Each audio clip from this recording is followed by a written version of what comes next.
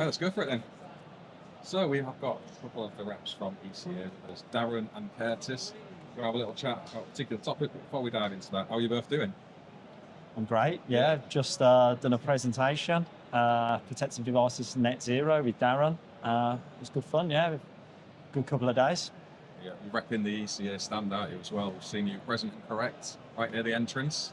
Yeah, we're on there for a couple of days, meeting members, meeting other people. And me and RoboBoot here. Yes. Are getting on just fine. I was going to lead to that. So Darren is on this chair, not because he is very lazy, but he's incapacitated. Short story is, rugby league's not good for you. So not at Darren's age. The injury. Yeah, sort of rekindling your youth at the age of 44 is not always a good thing. Well, it's good to see you here anyway, and great to have the ECA at an event like this. I think meeting contractors is really important. Done the tech talk, as you said. I caught a little bit of the one yesterday. I don't know if today's was the same. Some big subjects out there, isn't there? We've been speaking privately, Darren, about some of this stuff as well. Yeah. You're Mr. and Anything in bonding to me, always have been, so we want to speak a little bit about that, particularly around sort of PV Ultra SWAs that have come onto the market and bonding of panels and inverters. As installers, we find that quite complicated. I guess at the ECA, it's complicated for you guys too, because you've got to give a view on it that's helpful to your members. Yeah, we touched on this today, didn't we, as well, about innovation. At the moment, in the last sort of 10 years, we look at the old Blue Book and the Brown Book, and there's like 4 or 5 different RCDs you can select now.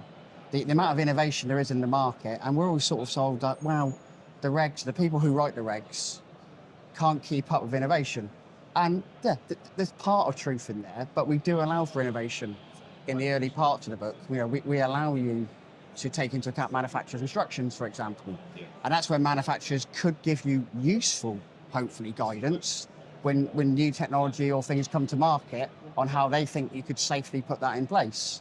We also allow departures, where it's something that you take on yourself and you go down sort of that sort of rabbit hole where you go and look at the sort of electrical safety regulations to make sure you're making something no less safe. So people may think, the wiring regulations don't keep up with innovation, but actually it does allow that. But often, especially when new products come to market, they need time to mature. Yeah.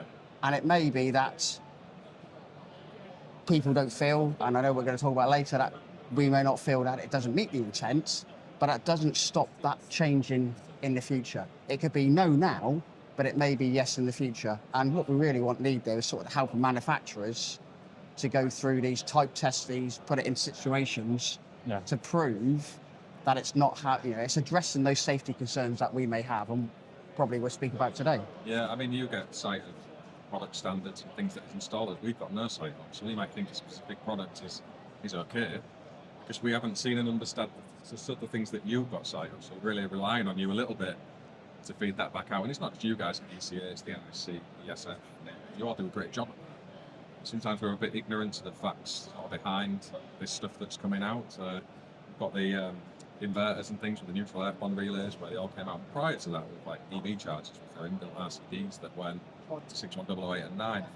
Yeah. You know, you lead on the manufacturer's instructions, which is saying, yeah, it all complies, but when you guys and gals explain that to us, actually that's not the case sometimes. No, you don't want to talk about that. You done a lot of digging around that. Yeah, we've literally just spoke about RCDs during our presentation, inbuilt to EV charging equipment.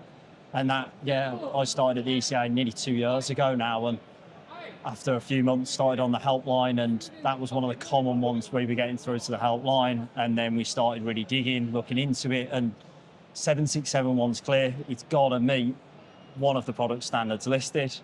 And what we found when we started looking at some particular EV charging equipment and speaking to the manufacturers, they just couldn't make the guarantees around it. And as Darren says, provide you with the documentation, the test data around it. So our guidance, and I think others are the same, is if there's doubt that exists, you've got to fit a proper RCD, because that's what the reg says. And that's sort of the minimum requirements, unless, of course, you're going to go down the departure route. But again, it's getting the data, getting the test data, and confirming complies with all legislation and everything else to be happy to do that. You've got to cover yourself, haven't you? Yeah. Relying on the manufacturer a little bit too much with that. We see it in other areas as well. You've got like pen fault protection that's similar and new thing that's innovating into industry. We've got neutral air pond relays and gateways and the timings around all of that. And now RCDs again with heat pumps. A Group in there at this event and others explaining their new products. I think it's great that they've innovated that. Yeah. But I'm unsure of how that actually plays out in regulations. I think we're all kind of buying that around a little bit. So yeah, you've got your work cut out. That's your kind of roles in the organisations you're at. It's easy for me as installers to turn around and say, yeah, that's fine, I'm going to fit it. 'Cause that's just my view, my company's view. You're representing all your members, aren't you? So you're under a lot of pressure there with that one. It's tough. And it's about also, we go to our technical committees as well, and it's about getting that sort of consensus and guide from our members of where they want us to sort of help. We don't want to be giving out sort of duff information. We sort of need more, and sort of they give us, I guess, policy on where they want us to sort of go. So at the moment, I think we discussed sort of heat pumps, and it's the RCDs around heat pumps. And as part of our talk over the last couple of days, we're talking about, how heat pumps, they have been around a while. Like a lot of this net zero technology has been around a while, probably particularly commercially, not so maybe much in the domestic market. And there's a big talk at the moment about RCDs, and it's about not all heat pumps require an RCD. Some manufacturers aren't stating that they want that. There's no special location in BS 7671 for heat pumps. It's just a simple radial circuit. But some manufacturers are stipulating in their instructions that it's advisable to fit a 30 milliamp type B or variant of RCD. And again, in BS 7671, we do say manufacturer's instructions maybe are taken into consideration because they may be putting some onerous conditions in there. They may be picking just the best RCD they can find in the book. Yes. As an example, you may come up with another engineering decision on how you're going to achieve a similar sort of form of protection. But so it's not all manufacturers who are writing that in their instructions. So again, there's choices that installers and designers can make. Yeah. Do they design out the RCD? Do they use a wiring method that needs an RCD? If you need an RCD, there are several different types, so you want to get the right one. And of course you will, and you can take advice on that. But I think the real kicker on that one, what we will feel for, is when manufacturers will start invalidating warranties.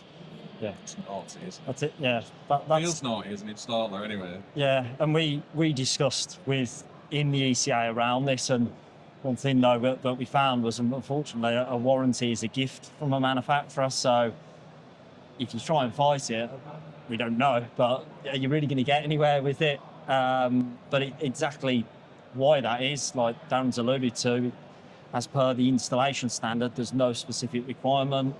I know, Darren, you've looked a lot more into the product standard around it, and it's only stated as advisable around there, and there is mention of installing or them providing information to install it as per the local wiring standard. I think the wording is. That's the first thing it says in the British standard for heat pumps.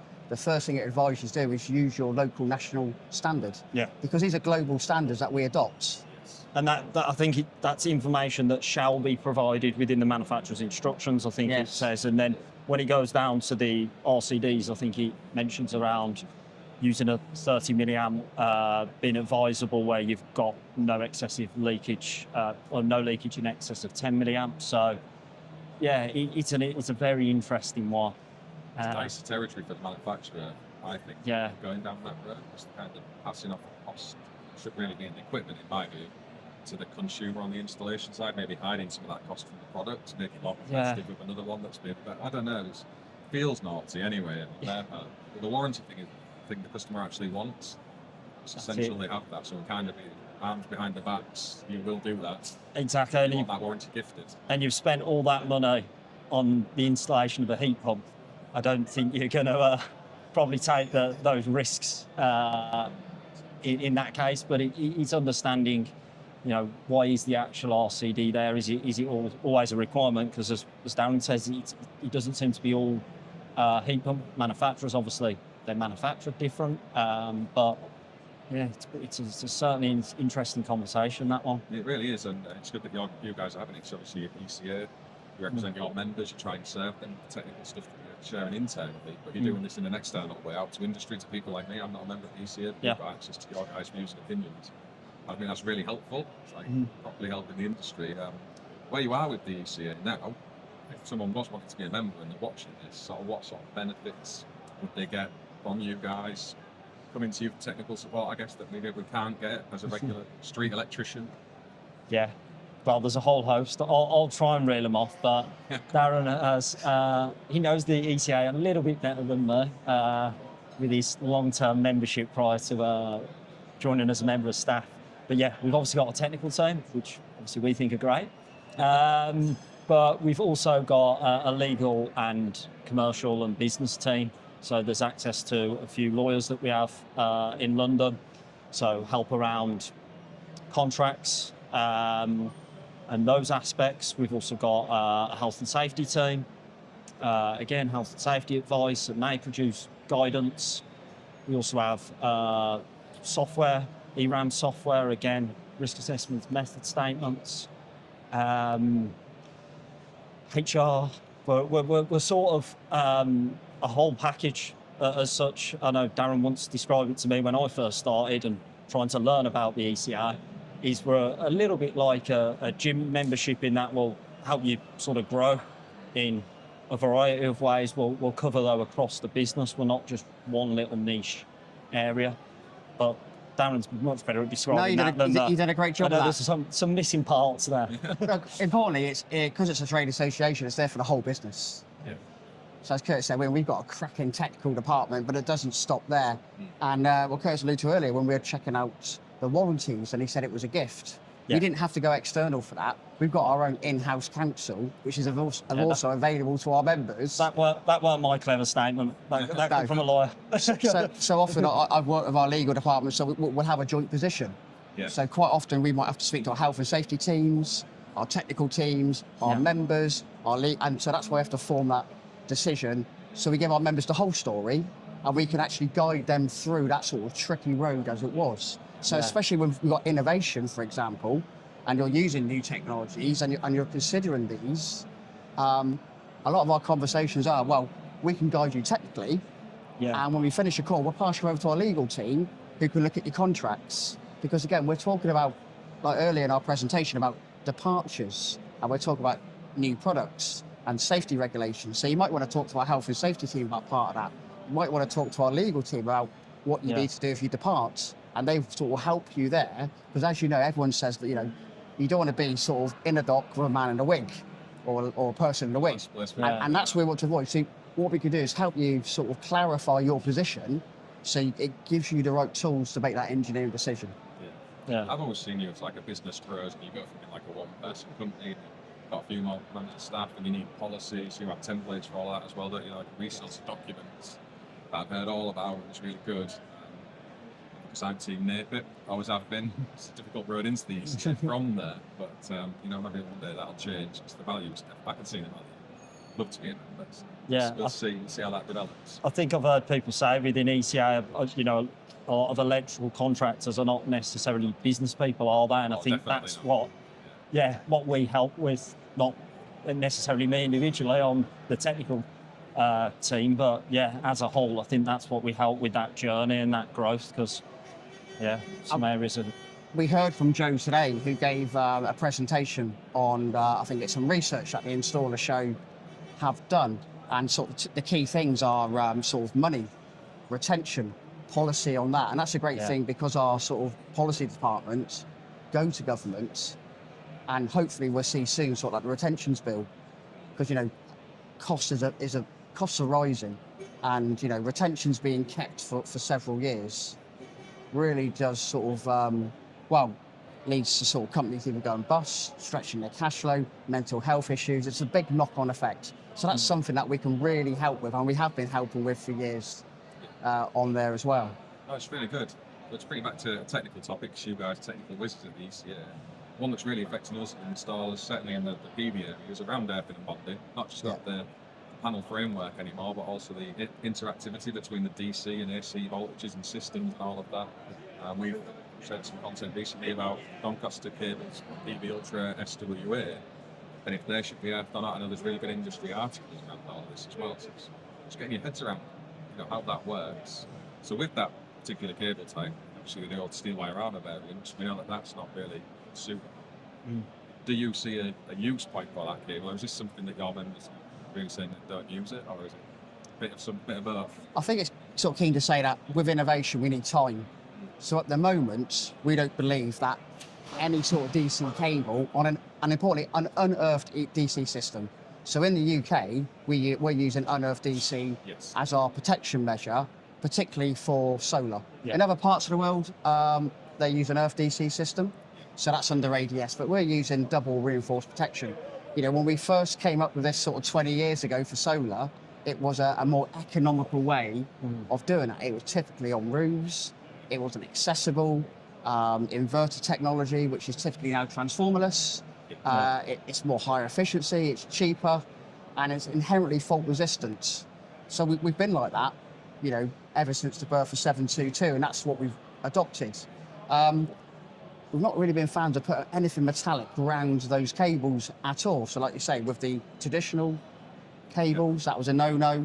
With the sort of double reinforced metallic, and you know, there are several actual manufacturers doing this. Yes. At the moment, we don't believe it meets the intent of that inherently earth fault resistant. And there's a few concerns there really around what would happen if that sheath or armour ring became live. How would we deal with that in an unearthed environment? Well, we don't know. You know, is there shock risk or is there not? We'd like some more studies being done, maybe by manufacturers joining together, maybe something like Electrical Safety First could do. And that's what we really want. We want confidence to say, look, we're not going to say no to innovation, but we want some confidence with it as well. And also something we didn't realise until we had a good chat with sort of the medical profession and Bender and people who do installation monitoring devices is there might be capacitance in that cable. So as you remember, parasitic capacitance with frames. So when these modules, PV modules, are on ground mounts, they're typically metallic and they're in the ground. So it's taking away that capacitive effect. And we talk about, you know, these great big modules now, they're 500 plus watts each. They're a massive capacitor. And that's we talk about the parasitic effects you get on that when that framing's unearthed, which isn't really too much of a problem. It's on a roof, making sure that if you do work on it, it's safely isolated and the inverter is switched off, and you lose that effect. You get that on cable, so that's something that can affect the performance of the cable, probably maybe the modules, maybe the inverter, maybe the I&D monitoring that they have in it. So we don't know how that performs. So really we're asking manufacturers to do some tests. Let's see what happens, because I think really it's that capacitive element from the cable that we just don't know what's happening with that at the moment. I mean, looping back to the original question as well, the way 7671 is wrote around, I assume with this cable, is intended to be buried with it being SWA. The way, I think it's 528 dot something, requires if you're going to bury an armoured cable directly in the ground, the SWA has got to be capable of operating as the protective conductor. Well, this isn't going to be the case for that cable because it's not, the protective measure is double or reinforced insulation. We're not using ADS. So in terms of the use, you know, whether there's an issue or not, in terms of the use of the cable, if you're going to bury it in the ground, the way the current requirements are, I think you've got to put it in a duct anyway. You would say it'd have to go in and 450 minimum duct. So the use of it is really that external issues of rodents chewing PV cables. It's a big problem. We find it on all the systems. We're going out to look at them, and the DC cables have been tuned to the cause basically.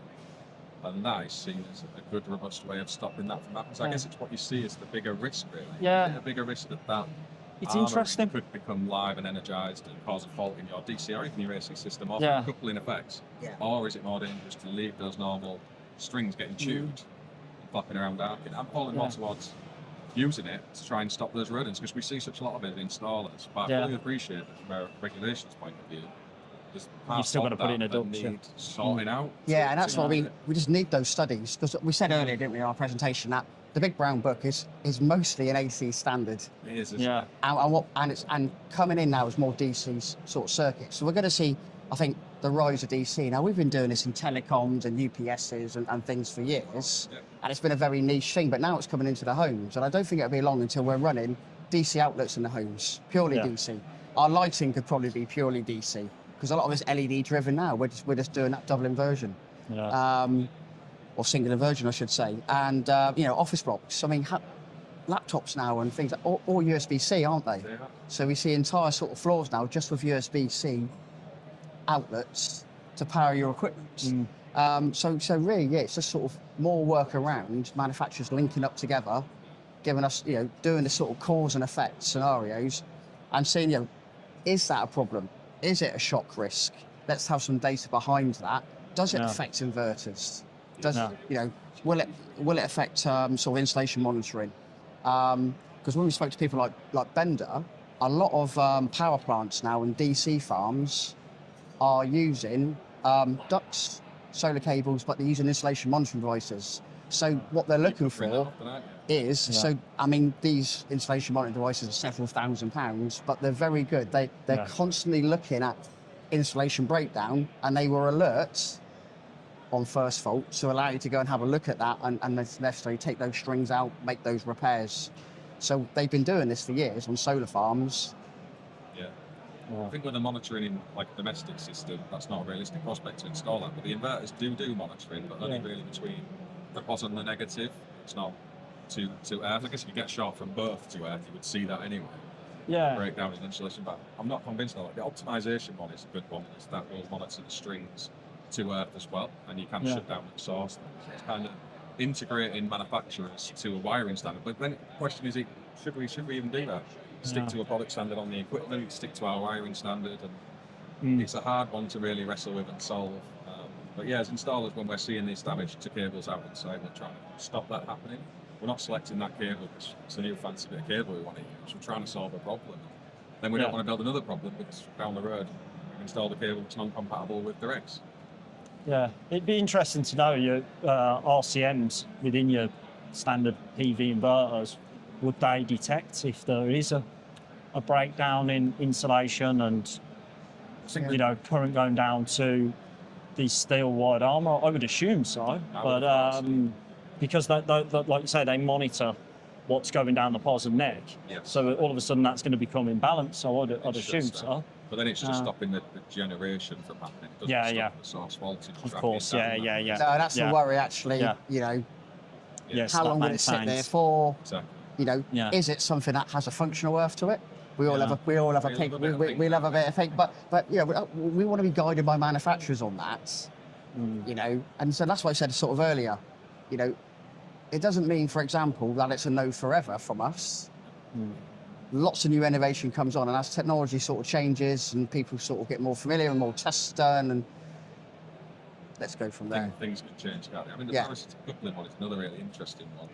We had one recently where some panels had been mounted on a zinc roof, but they had all like zinc gutters and down pipes and stuff, and they were getting voltages on the drain pipes from the solar PV system just through parasitic coupling, which was really interesting to me as a geek of industry. But then you're like, what am I actually going to do about this to get rid of it? You bond the problem away, but then you're causing an issue in the rest of the earthing system because of doing that. So many questions because of all this stuff. And I guess you've got to advise your members, like, if you get questions like that on your technical helpline, those kind of things happen. So how you stop it, resolve it, remove it. Yeah. I don't know if you've got the answers, let me know. It's an interesting journey. Well, there are some devices you can fit for parasitic capacitors, aren't they? Yes. And they do put like a temporary, they call it a ground, isn't it? A temporary ground in there to sort of take that away. I think, is it during operating hours or during sort of those sort of conditions? Yes. And then it can remove it so it can operate. So there are sort of products out there. Yeah, it's the PID reverser devices as well, isn't there? So you get reduce degradation, it does something overnight to reverse that effect. That's right. There's all kinds of clever technology. Then it's where does that sit in the regulations of things? With us, it's very murky. I don't think manufacturers make it better, to be honest, in a lot of the way they're applying their standards. Certainly when it's international products, as you alluded to, and they're kind of written for all kinds of markets, they're just sticking little caveats in there, and it's like, well, how do we make that fit, really? Yeah. So it's a minefield and a half. But yeah, just full credit to you guys. You are out there having those conversations. You're engaging with people like me and others out there, listening to our opinions, taking that back into the industry committees, fighting our corner a little bit as well. I know you guys do that. I'm very, very grateful this side of the fence for you guys at the ECA. And thanks for coming on the podcast. Appreciate it. Is there anything else you two wanted to cover in the chat? You wanted to speak about? Oh, thanks for having us Yeah. on. I was dragged in last minute, so I was no preparation, but it's been fun. Yeah, it's been a good couple of days. Thanks for inviting us in. Yeah, thank you very much for coming on, and we'll jump back for the rest of the show.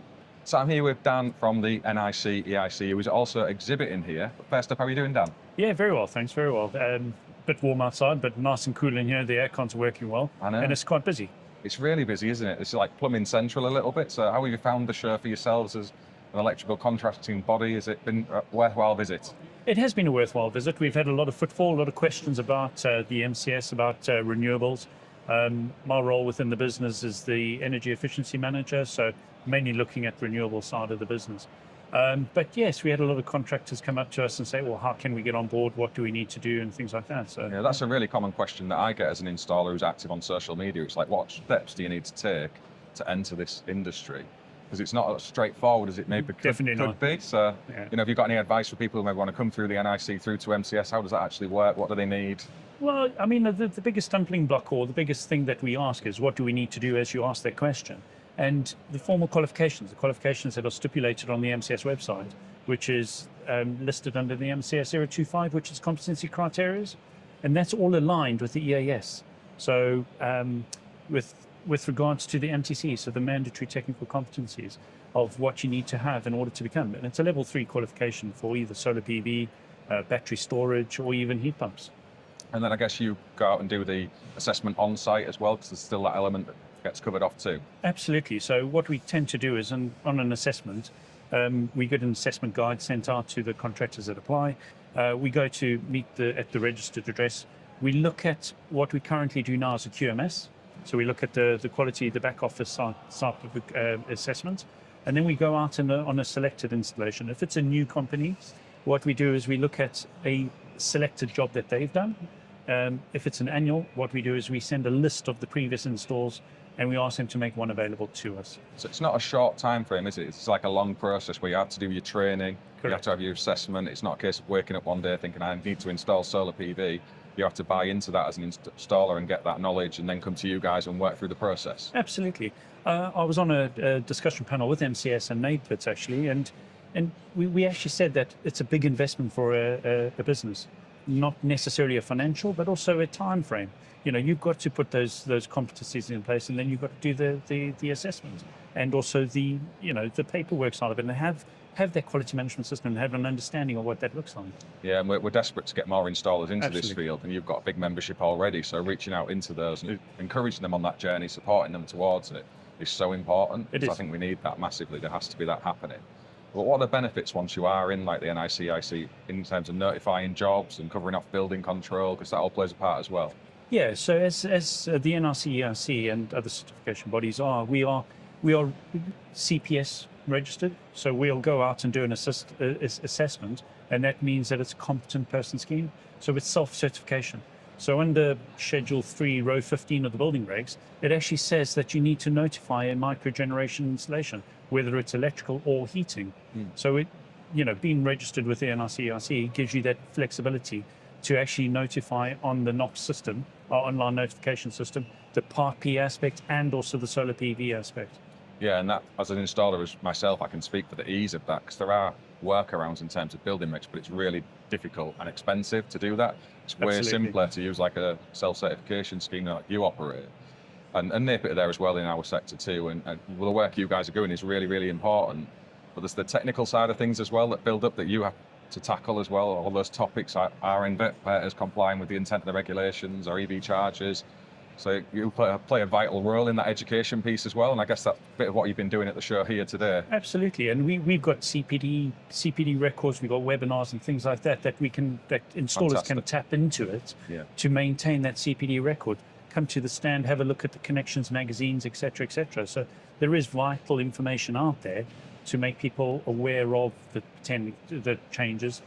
As I say, we do CPD webinars, things like that. Fantastic. And I can't ask you, do you know when the changes are coming for the new MCS scheme? We got a date on that. I've asked NICEIC as well, and they were like, that was kind of there. Well, we've governed by UCAS. We're governed by when they can come out and do an assessment on us. We've submitted our application and our documentation accordingly, and we're just waiting for UCAS to come back to us and say yes, everything's okay, and we can then start delivering. And MCS are pretty strong and adamant on delivering it and getting everyone on board by June 26. So we in the wheels process. are in motion. Yeah. We're in process, and we can carry on doing it.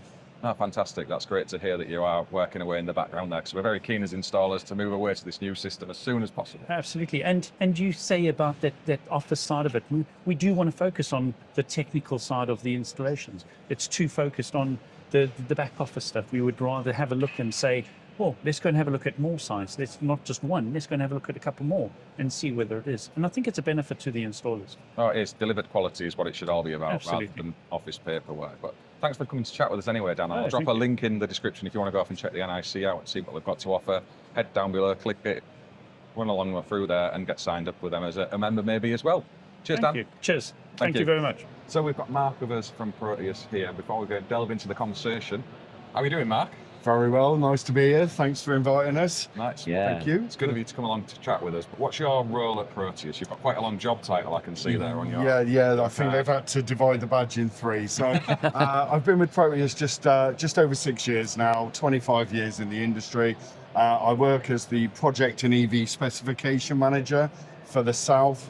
We're obviously a wholly owned subsidiary of CEF. They have 5 areas of operations directors, and I cover 2 in the South, which covers from South Wales and Cornwall, Suffolk, Kent, London, but I get a bit of nice time on Jersey and Guernsey as well. Nice. I promise I work there, I promise, all right? So, yeah. So you're like dealing with contractors from our side all the way up to these big national, Yeah. running their projects for them. Absolutely. We work with everything from a 1-2 man band right the way up to big M&Es, MEPs, obviously big national installers, ICP companies. Again, being within CEF, we do a lot of work with the national projects team in their categories, whether it be rail, leisure. We supply switchgear for all those.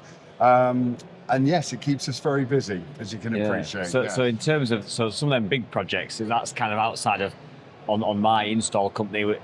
We don't get to see a lot of these really big EV charging projects, but I assume there's some challenges you've got to get over when you're in those working for these massive companies to try and deliver fast charging, rapid charging, all this other sort of stuff. And have you got any sort of challenges that you had to come with? Well, listen, don't worry about that. I've taken a scan of your card and I can put you in touch. Oh, there we go.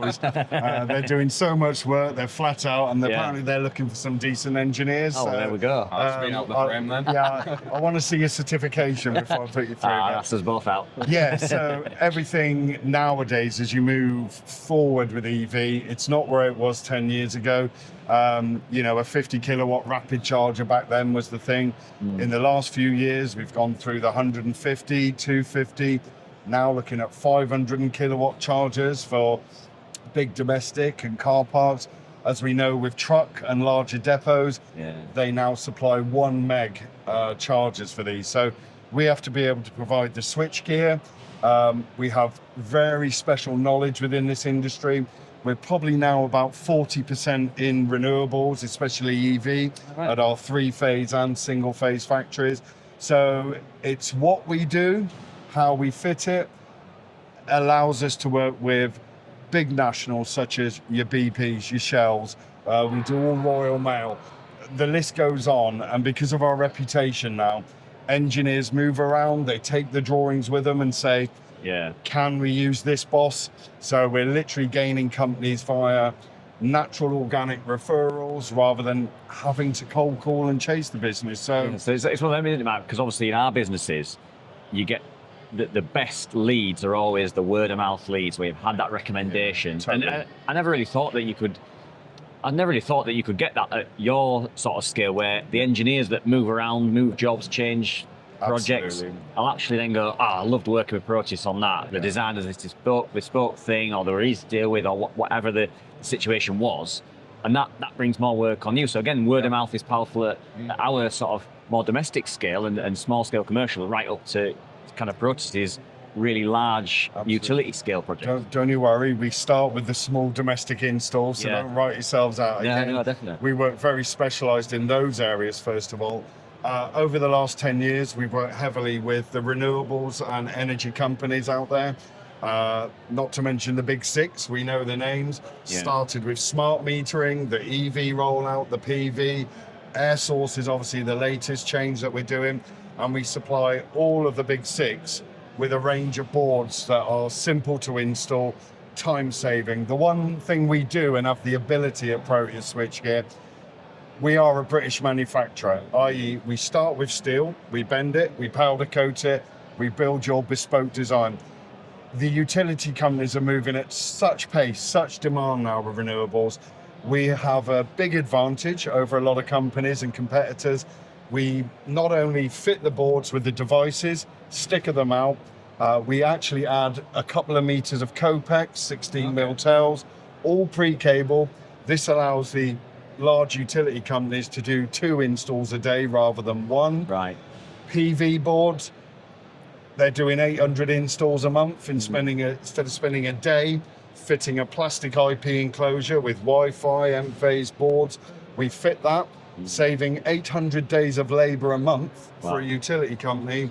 You can see where we add value. So of course we double the price of the boards at that point. You know, so, but yeah, and up to the big stuff, working with connection providers. Everyone needs a bit of help, a bit of support. Yeah. We're all learning off each other. I have a large company under a big brand national name, connection provider, doing a rollout of 85 national destination EV boards. They did it backwards, where they bought a 2x2 meter GRP, obviously had a supply head come in, and then left a small bit of room and went, oh my God, we've got to fit the switchgear in here. Yeah. So our brilliant design team up at Industrial created an L-shaped board to sit above the supply head, short connections into a chamber, turned the incomer sideways and built the outgoing 250 amp MCCB for a big 150 kilowatt charger with a spare way, surge and metering in there. It saved a rather large national distribution company a lot of embarrassment. Yeah. What we also did was send that board in 2 pieces. Okay. Because it weighs about 120 kilos and they only have 2 engineers on site. Right. So for the guys to fit it, hold it, we put some simple connectors in to make it easy at the install end for you guys. So We saw that sort of stuff when we did the factory tour, didn't we? I think we must have mentioned it about 5 or 6 times across the last year on this podcast, about how much that opened my eyes, because I know you supported Porteus from very early days.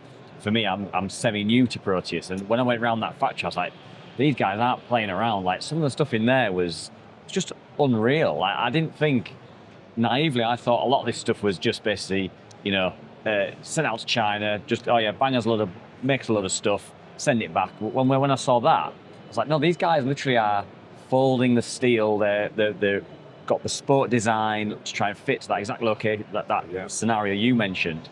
And I was like, this is proper engineering, like back, and that's rare to see. Yeah, it's really important for us as installers to feel that support as well. Like, you're dealing with these big national companies, but you're not just doing it for them, you're doing it for us guys as well. So if we can save a bit of labour with a custom board that we need on site, saving us a bit of time. We're all under time pressure on these projects, aren't we, Sam? And if we can pinch a bit of time back somewhere, it carries a little bit of cost. It's all taken care of in the big great project. thing for you guys, the 1-2-man bands, 10-man bands, although we're doing this, it's not just for the big utility companies, because we already have those lines of production set up. If you want an air source board with 2 meters of pre-cable Copex, devices fitted, we will do that for you. And it's minimal pence rather than 50, 60 pound, because we're already building a couple of thousand of those a month and we have that production in line. I think that's the key thing. That's the main thing. Because for me, when I think about custom made boards and that, you kind of think, right, well, I'm going to have to add like an extra £100 per board for that to happen. But if it's economies of scale for you guys, because you're already knocking out, thousands of boards that are custom built, then suddenly it's almost like, well, if that's going to save me 2 hours and you're maybe a Sparky on £30 an hour, £40, whatever you've been charging, that's a good saving over the course of, like, if you have like 50 solar PV jobs to do and you always do a similar sort of thing, getting you guys to actually pre-make that and send it out, and it's maybe cost you £2 more or £10 more, whatever it is. So that saving is a tangible saving. It's massive, and the good thing is, look, if you're new coming into these renewable sectors and you're learning, you're not fully educated up yet. We've been doing it for 5, 6, 7 years, so we can demonstrate these boards to you. Say we use this on EV, PV, air source. This will suit you for a 6 kilowatt pump, 9 kilowatt pump, 15, and with all the latest devices we do, and such things as air source, where we now replace Type B RCDs and a backup MCB with our new Type B RCBO that's come out a couple of weeks ago. Soon to come out with a new product as well, which I can't release yet. Yeah. But it takes care of the whole range of air source pumps in its protection and devices. Yeah. Very flexible. We're open to discussions, but we can share with you our knowledge where people have had failings 5, 6 years ago. We've learned from all that now, so we're pretty much ready to go. As I say, 1-2 man band through to the large national company. Such a good point. As we like size up in the work we're doing, we need to consider like G100 relays, pen bolt protection. It's how you integrate all of that into a board. You know, we're not done it before. We know the products, we know they'll fit, but you can size and shape that in the best way. Absolutely. So you've seen like a demand on G100 relays in some of the bigger kit. Yes, our good friends at the UKPN and DNO love a G100 relay.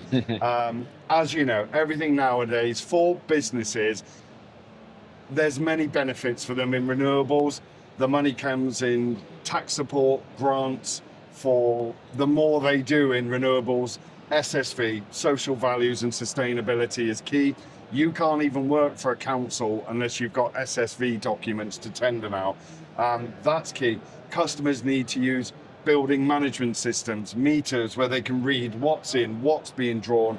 Having that ability, G99 relays as well to export back to the grid, if you can have that arrangement. That can be a cash cow for some companies to pay off the distribution board they put in place. So we can run PV in parallel with your mains, and if you're running PV, you can reduce your size of your mains incomers. You can run them on switchovers, depending on what you want to do. G100 relays, you know, the DNO will give you a 630 amp supply head, but you've only got 400 amps.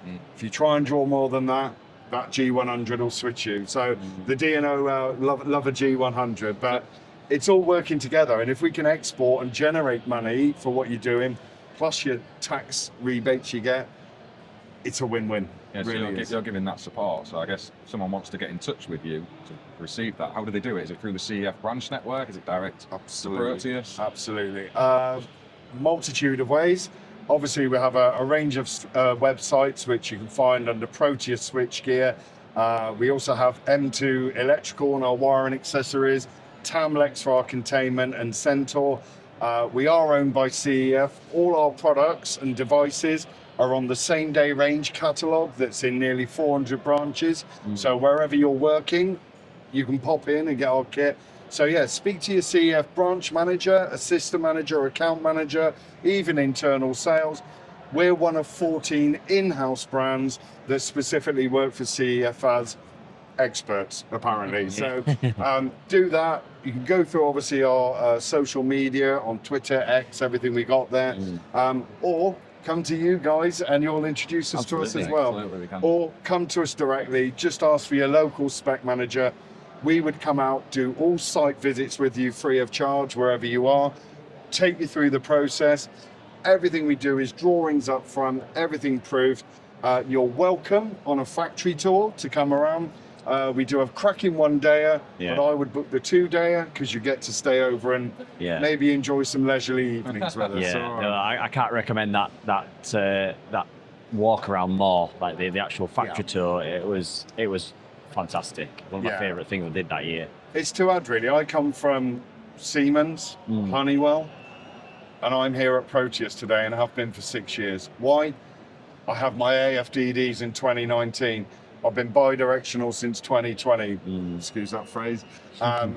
All the devices we come out, we're not like Siemens. We have to go to a board in Germany and get approval and wait a year for a new MCB. We can test the market, whatever the requirements are of the customers and contractors. get it designed, tested, approved. We have a fantastic marketing team that not only designs, but we do 3D printing as well. So we're able to get the products physically in hand. From there, testing, compliance, couple of months, we've got a new device on the shelf. It's so powerful. It's so powerful nowadays. Fantastic. And cheers for taking the time to talk to us, Matt. I've got one last question. Where do you and Chris fight it out on the north and south line? Where's it starting? Oh, Where's you the want me battle to go take toe place? to toe with North? Yeah. Right, okay. You got two Northerners what's the here. gap, or is it further south than that? Where you pushing it to?